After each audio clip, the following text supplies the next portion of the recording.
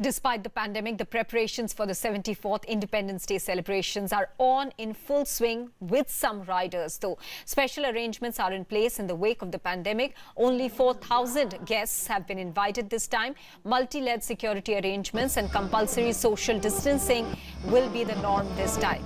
Unlike every year, school children won't be part of the event this time. Medical booths have been set up at 4 locations in and around the Red Fort as a precautionary measure. Shreya Dhondiyal is now joining us with more details on this. Shreya, will the duration of the celebration at the Red Fort also be curtailed then? No, it won't be. Okay. But these are, because that will depend on how long the Prime Minister decides to speak. But the duration will be roughly the same. The number of guests have been reduced dramatically. So you will just have 4,000 people attending the ceremony at the Red Fort. And these are all by invite. So no one can just show up and say, I want to watch the Prime Minister speak. Unless you have an invitation, you will not be allowed to enter. And I said the number is dramatically low, only 4,000. These are unprecedented times, Maha. Yes. And what you will see on the 15th of August, early in the morning, 7 o'clock, roughly 7 o'clock is when proceedings begin, is something unprecedented. It is not something that we have seen before. Not just the number of, people who have been brought down the guest list has been curtailed dramatically, but the principle of do gaz ki duri is the thumb rule for these celebrations. So, when you see those pictures that start coming in from the Red Fort early in the morning, you will see that the chit-chat that usually happens, before the Prime Minister speaking, that will not be happening because people will be, people will be at least 6 feet away from each other. You've already mentioned the fact that, there are medical booths that have been set up. There will be thermal screening. But very important, Maha, what the Ministry of Defence is worried about is that people come in patiently, they sit, they hear the Prime Minister speak. But once the function finishes, everyone is in a rush, rush to get out. Usually. So this time, yes, usually that's how it works. So this time what the Ministry of Defence has done is kept an advisory on every seat.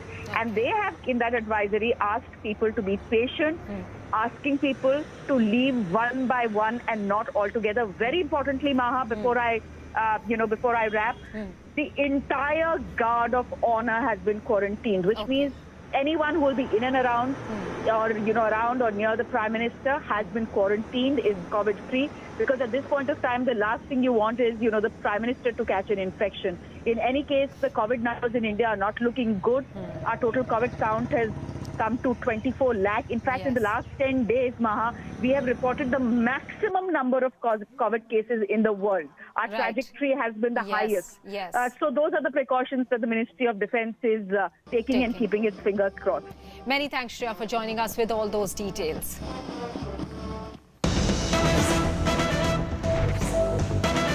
Meanwhile, in the northeast, a major breakthrough by the Assam Police ahead of Independence Day. In an operation led by DCP Operations of Assam Police, a huge cache of arms and ammunition were recovered from several locations in Udalguri district of Assam. 2 numbers of AK-47, 5 AK-56 and 2 M16 rifles, 9 foreign-made 9mm pistol, 5 rocket-propelled grenade, 5 HC band grenade, and others were recovered during this raid. TNT explosives were also recovered. Karishma Hasnath is now joining us with more details. Karishma, you are saying in this information you've sent us that these raids happened at several locations. Do we know how many locations there were? And this seems like a really big haul in that case. Well, Maha, yes, this is a major breakthrough by Assam Police ahead of Independence Day. In fact, the second such recovery of arms and ammunition in less than a week in Western Assam. Now, you mentioned about several locations. In fact, not just in Udalguri district, but in several districts of under Bodoland territorial region, there have been recovery of arms and ammunition. And the police said that the arms were concealed in pits. Now the NDFB is suspected to be behind this concealment of arms.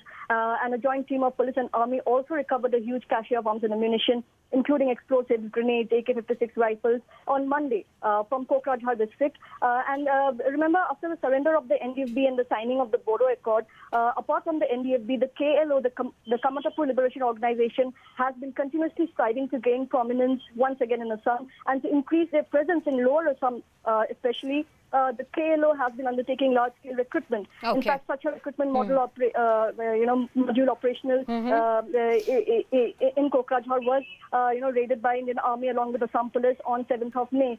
So it is not really certain which militant outfit could have, hidden those weapons. But in Okay. fact, a big breakthrough for Assam Police ahead of Independence Day, especially in trouble-torn Western Assam. And with peace returning, it is hoped that Independence Day celebrations are peacefully held in that part of Assam as well. Karishma Hasnat getting us details of that recovery made by the Assam police.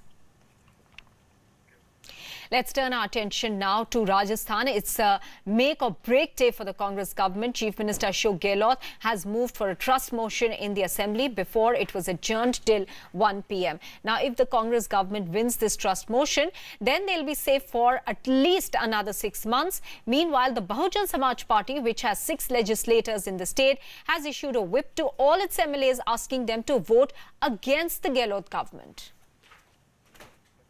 Pallavi Ghosh is now joining us with the very latest on this. Pallavi, do the 6 BSP legislators even matter in the scheme of things now, considering that Sachin Pilot is back?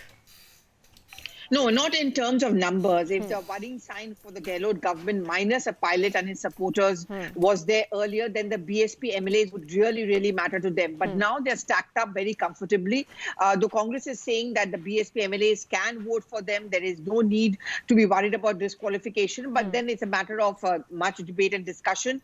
The fact is that the presumption is that if the BSP MLAs don't turn up or they don't vote for the Gehlot government, even then the Gehlot government is not too worried about the future. They've done all the calculations, and that's why at the CLP meeting yesterday decided to go ahead and checkmate the BJP's no confidence motion with a confidence motion from their side. Pallavi, why did the BJP think of pushing in a no confidence motion when they are aware that a patch-up has happened and the numbers are with the Congress?